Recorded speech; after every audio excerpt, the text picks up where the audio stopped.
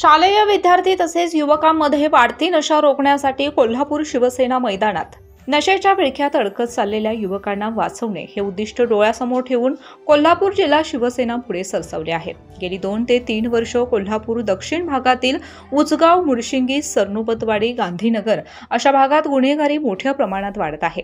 प्रामुख्याने येथे युवा वर्गामध्ये नशा मोठ्या प्रमाणात होत असल्याचं वास्तव आहे। यातच गांधीनगर ही पश्चिम महाराष्ट्रातील मोठी बाजारपेठ असल्याने येथे मोठ्या प्रमाणात नशा विक्री होत असावी। नशा विक्री करणारे 14 ते 15 वर्षांच्या मुलांना व झोपडपट्टी व रिकामटेकडे युवकांना हेरून नशेली बनवत आहेत।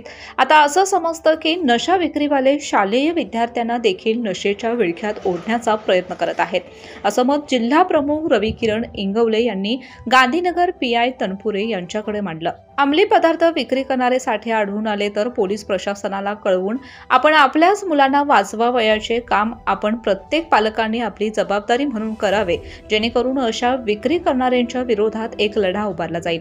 जेवढी जबाबदारी पोलीस प्रशासनाची आहे त्याहून जास्त पालकांची आहे।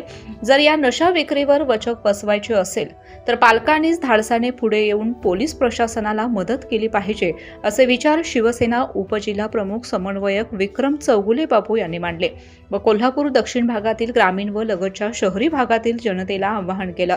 तसे निवेदनही गांधीनगर पोलीस ठाणे पीआय तनपुरे यांना देखील देण्यात आले।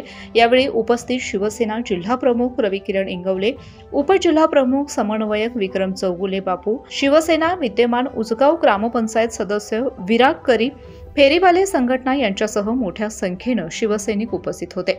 शाहू न्यूजसाठी नीलोप्रभा जाधव, कोल्हापूर। अशाच नवनवीन बातम्यांसाठी शाहू न्यूजला सबस्क्राइब करा। धन्यवाद।